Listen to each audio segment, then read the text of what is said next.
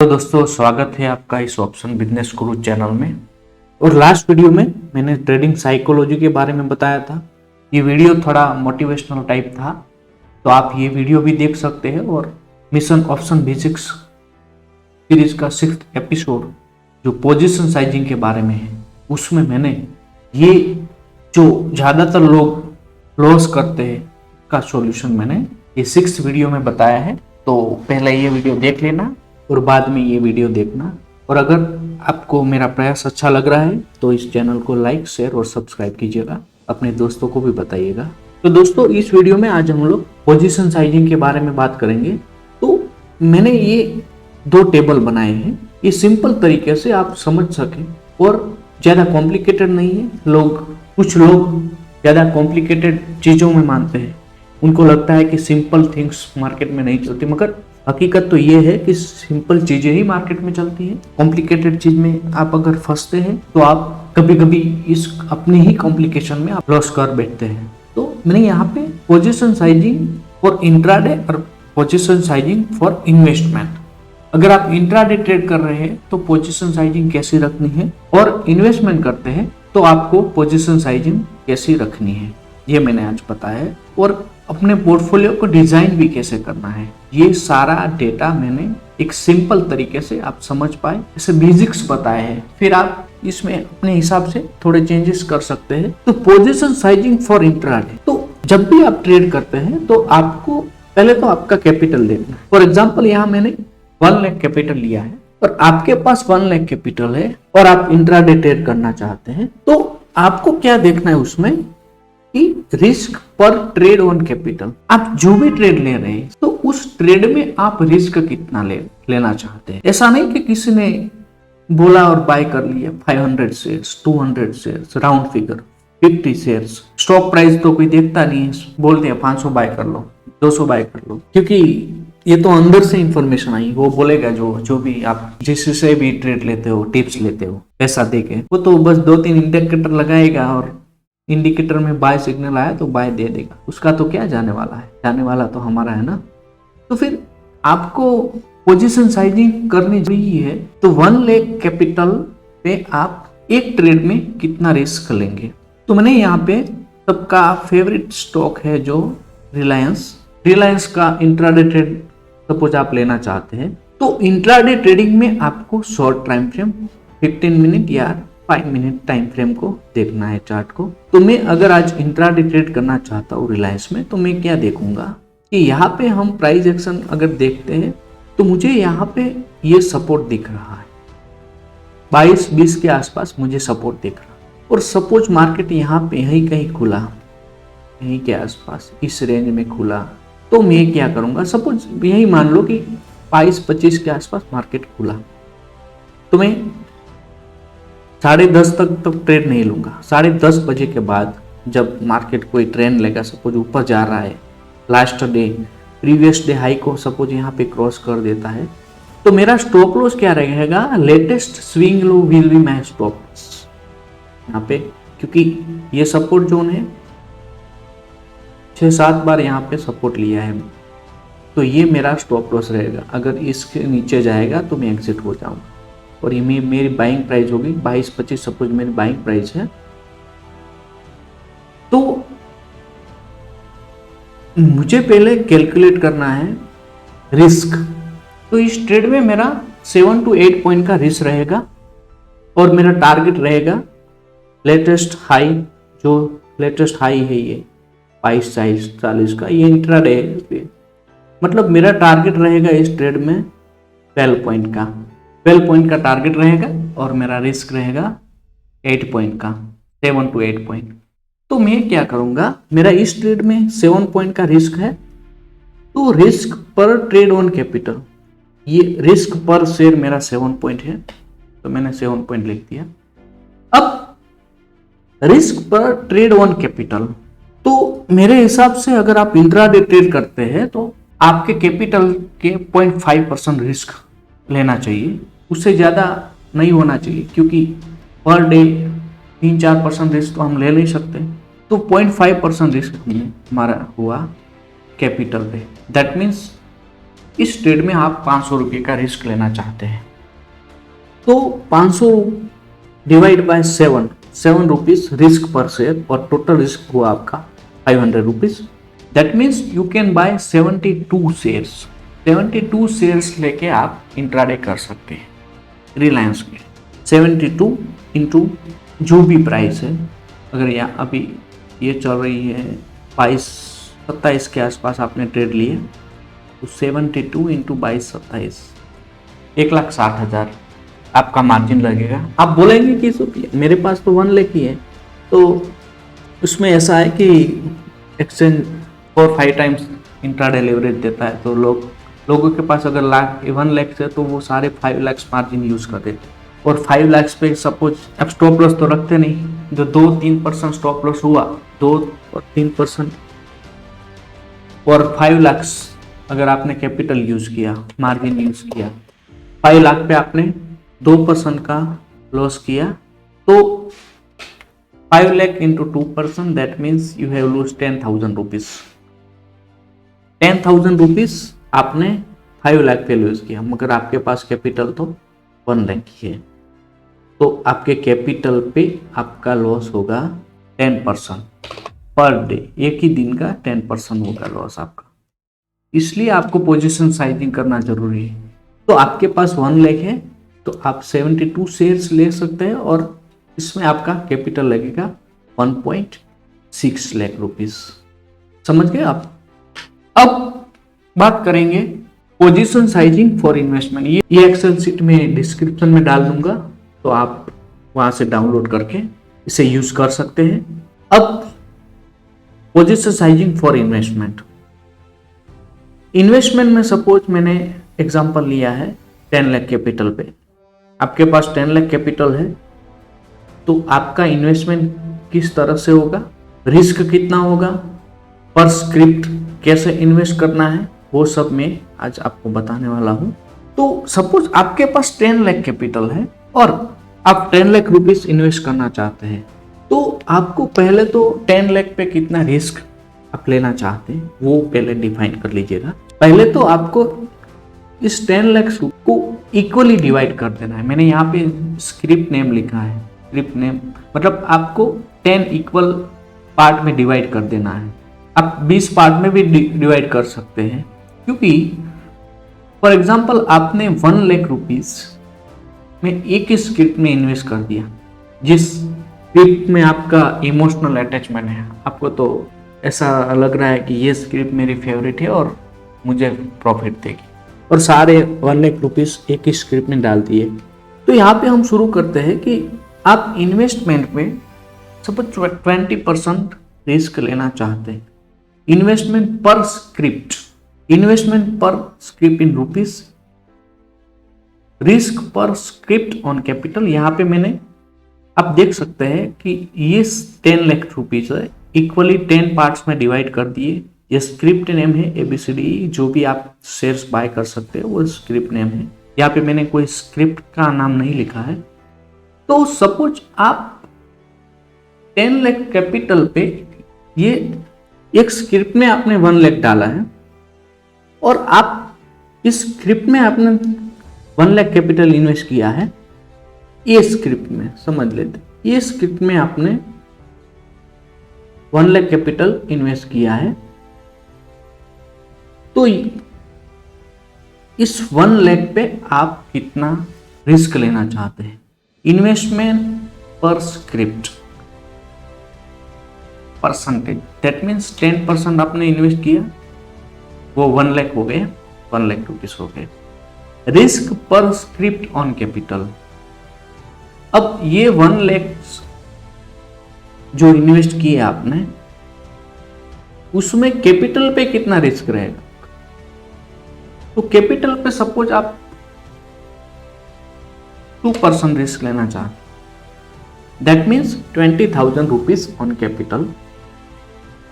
तो इस स्टॉक में 20,000 रुपीज का आपको स्टॉप लॉस रखना है, माइनस 20,000 होगा, तब आपके कैपिटल पे 2% रिस्क होगा, और इस पर्टिकुलर स्क्रिप्ट पे 20% रिस्क होगा। तो जो भी ये स्टॉक बाय करते हैं वो स्टॉक 20% डाउन हो जाता है तो आप इसमें से एग्जिट हो सकते हैं। दैट मीन्स स्टॉक 20% डाउन होता है मगर आपका कैपिटल पे 2% ही जा रहा है, तो यहाँ पे आपकी साइकोलॉजी कंट्रोल होगी। और अगर ये सारे 10 लाख रुपीस एक ही स्टॉक में आपने डाले हैं और 20% डाउन हुआ तो 2 लाख रुपया आपका लॉस होगा। वो आप में फियर क्रिएट करेगा। और रिस्क पर शेयर इन रुपीज। नाउ अब ये स्क्रिप्ट सिलेक्ट कर दी, 10 लाख रुपीज सिलेक्ट कर दिया और कैपिटल पे कितना रिस्क होगा एक स्क्रिप्ट में वो भी आपने सिलेक्ट कर दिया। अब स्टॉक कैसे बाय करना है, कितने शेयर्स लेने हैं 10 लाख पे, वो भी तो हमें डिसाइड करना है। तो उसमें आपको क्या करना है कि सपोज आप रिलायंस में ही इन्वेस्ट करना चाहते हैं। मेरा ये फोर्थ वीडियो है मल्टी टाइम फ्रेम एनालिसिस। इसमें मैंने बताया है कि अगर आपको इन्वेस्टमेंट करना है तो कौन सी टाइम फ्रेम यूज करना है और ट्रेडिंग करना है तो कौन सी टाइम फ्रेम यूज करना है। तो यहाँ पे हमें इन्वेस्टमेंट करना है तो हम इन्वेस्टमेंट में हायर टाइम फ्रेम में जाएंगे। हायर टाइम फ्रेम में हम वीकली टाइम फ्रेम देखेंगे। तो वीकली टाइम फ्रेम में यहाँ पे क्लियर कट दिख रहा है कि लेटेस्ट स्विंग लो क्या है। तो लेटेस्ट स्विंग लो ये हुआ। तो इन्वेस्टमेंट के लिए हमारा स्टॉप लॉस रहेगा 1842, दैट मीन्स 1850 के आसपास हमारा स्टॉप लॉस रहेगा। सपोज यहाँ पे मैं इन्वेस्ट करना चाहता हूँ, यहाँ पैटर्न भी अच्छी बन रही है, आप देख सकते हैं inverted head and shoulder pattern बन रही है। तो यहाँ पे ब्रेकआउट एक्सपेक्टेड है, यहाँ पे ब्रेकआउट आता है तो नेक्स्ट टारगेट आपका, वो आपको टारगेट कैसे करना है, अगर कोई भी स्टॉक लाइफ टाइम हाई चल रहा है तो टारगेट कैसे देखना है वो भी मैं बता रहा हूँ। तो देखिए लेटेस्ट स्विंग लो कितना हुआ, 16% का हुआ। तो नेक्स्ट टारगेट आपका रिलायंस ना का अपर 16% होगा। दैट मीन्स यहाँ से आप लोग ड्रॉ करके 16% तक ले जा सकते हैं। 16% तक ले जा सकते हैं। तो 2600 के आसपास आपका टारगेट रहेगा। अगर यहाँ पे जो पोजिशनल होगा इन्वेस्टमेंट के लिए तो आपको होल्ड करना ही है, मगर आप पार्शियली प्रॉफिट बुकिंग कर सकते हैं यहाँ पे 2600 के आसपास। और लॉन्ग टर्म के लिए टारगेट जितना भी डीप है उतना आगे होगा, यहाँ से डबल के आसपास हो जाएगा। तो ये तो हुई इन्वेस्टिंग की बात। तो आप सपोज यहाँ पे इन्वेस्टमेंट करना चाहते हैं कि 22-30 के आसपास आपने इन्वेस्टमेंट किया, तो लॉन्ग टर्म के लिए आप रिलायंस 16% से ज्यादा गिरेगा तब आपको एग्जिट होना है। तो पर स्क्रिप्ट आपका रिस्क इस में 20% से भी कम हुआ, 16% ही हुआ। तो 370 पॉइंट्स रिस्क है लॉन्ग टर्म में। तो यहाँ पे 370 पॉइंट रिस्क आपका होगा। तो आप 54 शेयर्स बाय कर सकते हैं। 54 इंटू 22-27 स्टॉक प्राइस है 1,20,000 रुपीज।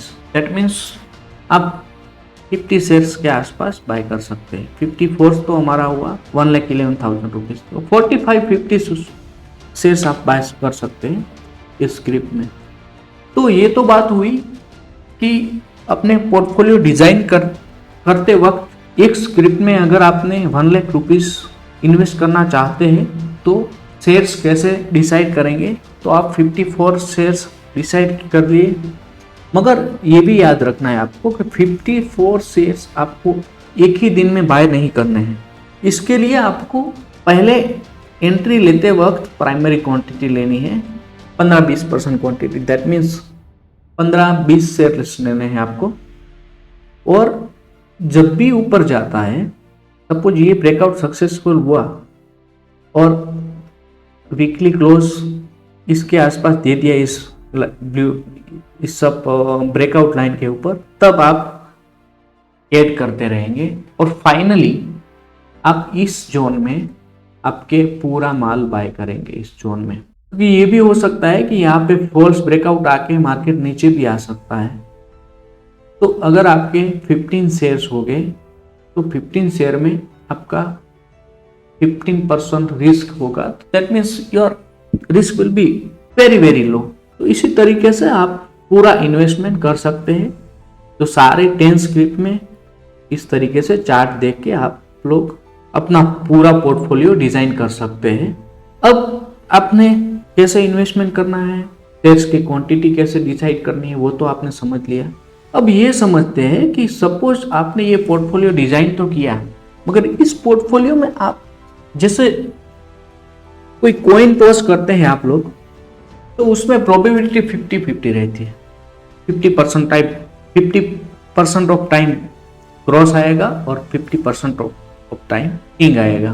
तो हमें कुछ पता ही नहीं, हमने मान लिया कि 50% पोर्टफोलियो स्टॉप लॉस हिट हो गया, तो यहाँ पे हम लोग 50% ऑफ टाइम हमारा स्टॉप लॉस हिट हो जाता है, तो दैट मीन्स पर स्क्रिप्ट में हमारा 20% रिस्क है।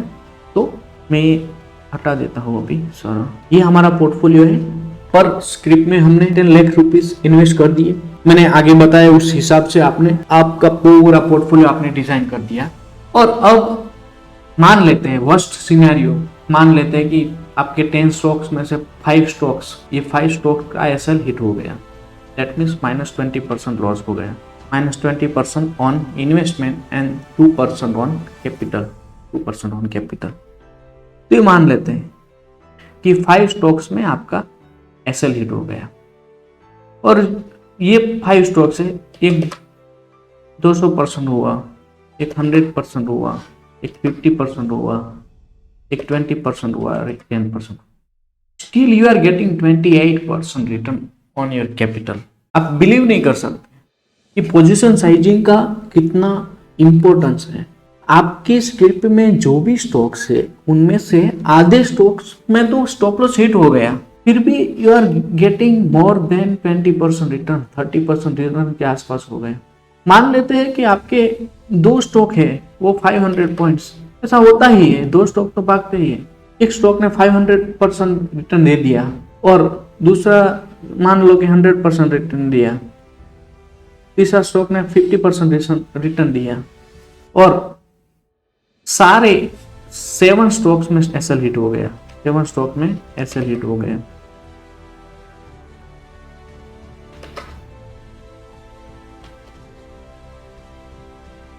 Still you are getting 51% of the return. और ऐसे समझ लो, वर्स्ट सिनेरियो समझ लो कि सारे स्क्रिप्ट में आपका एसएल हिट हो गया, सारे स्क्रिप्ट में 2010। Still you are losing 20% on portfolio. That means you are losing only 2 lakh rupees on a portfolio. You have saved 8 lakh rupees.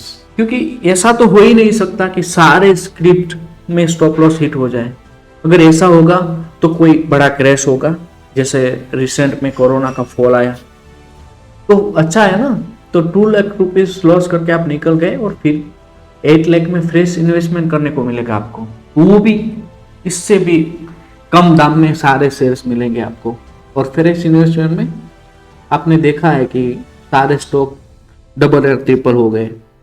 तो इसी तरीके से आप लोग पोजीशन साइजिंग करके इन्वेस्टमेंट कर सकते हैं। तो आप इस शीट को यूज कर सकते हो। और ये तो मैंने सिंपल टर्म्स में बता दिया, क्योंकि ये सारे स्टॉक्स हैं, उसमें मैं अगर चार्ट में बताऊं आपको, तो आप देख सकते हैं यहाँ कि आप यहाँ पे कोई स्टॉक बाय करेंगे, और ये सपोज आपने रिलायंस यहाँ पे बाय किया है और ऊपर 20% गेन कर दिया, तो आपका स्टॉप लॉस यहाँ पे ट्रेल होगा, नया स्टॉप लॉस यहाँ पे आ जाएगा।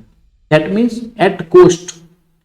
तब आपका स्टॉप लॉस अगर हिट होता है तो आप कॉस्ट टू कॉस्ट निकल जाते हैं। तो ये टर्म अगर हम इस पोजीशन साइजिंग में लेते हैं तो ये कभी रीड हो ही नहीं सकता।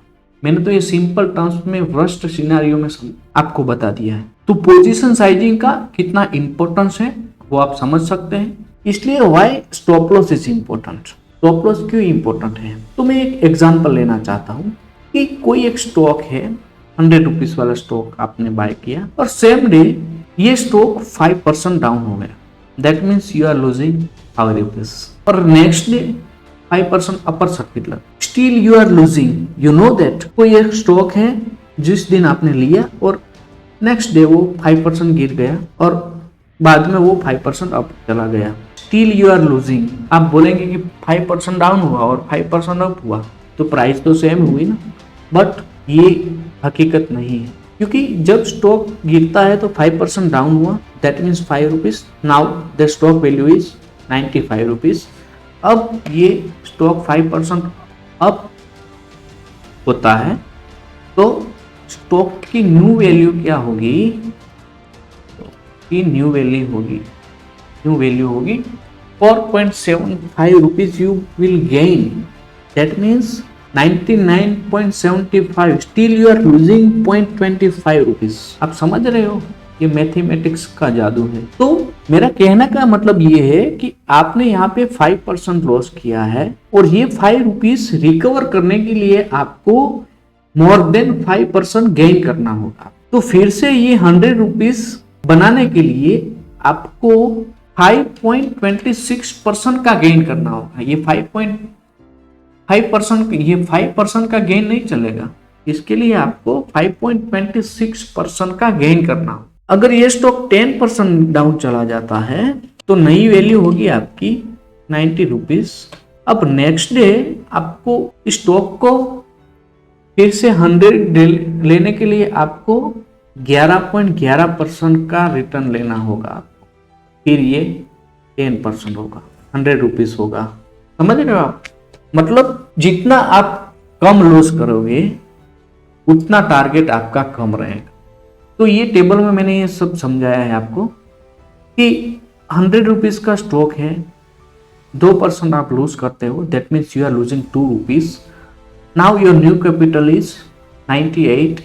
तो ये 2 रुपीज रिकवर करने के लिए आपको 2.04% का गेन करना पड़ेगा। यहाँ पे आपका कैपिटल है 100%, इस कैपिटल पे आप अगर 5% लॉस करते हो तो नया कैपिटल हुआ आपका 95%। तो ये 5% लॉस को रिकवर करने के लिए आपको 5.26% का गेन करना पड़ेगा। जितना ज्यादा लॉस होगा उतना ज्यादा आपको रिटर्न लेना होगा और जितना ज्यादा रिटर्न का टारगेट रहेगा उतना रिस्क ज्यादा बनेगा आपका। तो इसलिए आप देख सकते हैं यहाँ पे 100% में 10% का अगर आपको लॉस होता है तो लॉस रिकवर करने के लिए आपको 11.11% का गेन करना पड़ेगा। 40% का अगर आपको लॉस होता है तो 66.67%। जितना ज्यादा लॉस होगा उतना ज्यादा आपका टारगेट रहेगा वो सिर्फ रिकवर करने के लिए। 50% का अगर आपका लॉस होता है, कैपिटल पे 50% का लॉस होता है तो आपको 100%, दैट मीन्स इस 50% कैपिटल को डबल करने के लिए 100% का गेन करेंगे तब आपका लॉस रिकवर होगा। इसलिए आपका स्टॉप लॉस कम रखना है और स्टॉप लॉस को ट्रेल करते हैं तो एक समय ऐसा आएगा कि सारे स्क्रिप्ट आपके cost to cost stop loss पे आ जाएंगी और आप पोर्टफोलियो को इसी तरह से अपने रूल्स के हिसाब से अगर चलोगे तो आप अपने पोर्टफोलियो को गेन कर सकते हैं। तो इस सीट को मैं डिस्क्रिप्शन में डाल दूंगा, तो वहाँ पे आप डाउनलोड कर सकते हो और अपने हिसाब से नॉर्मल मॉडिफिकेशन भी आप कर सकते हैं। तो दोस्तों, अगर मेरा ये प्रयास अच्छा लग रहा है तो लाइक, शेयर और सब्सक्राइब कीजिएगा, अपने दोस्तों को भी बताइएगा। Thank you very much.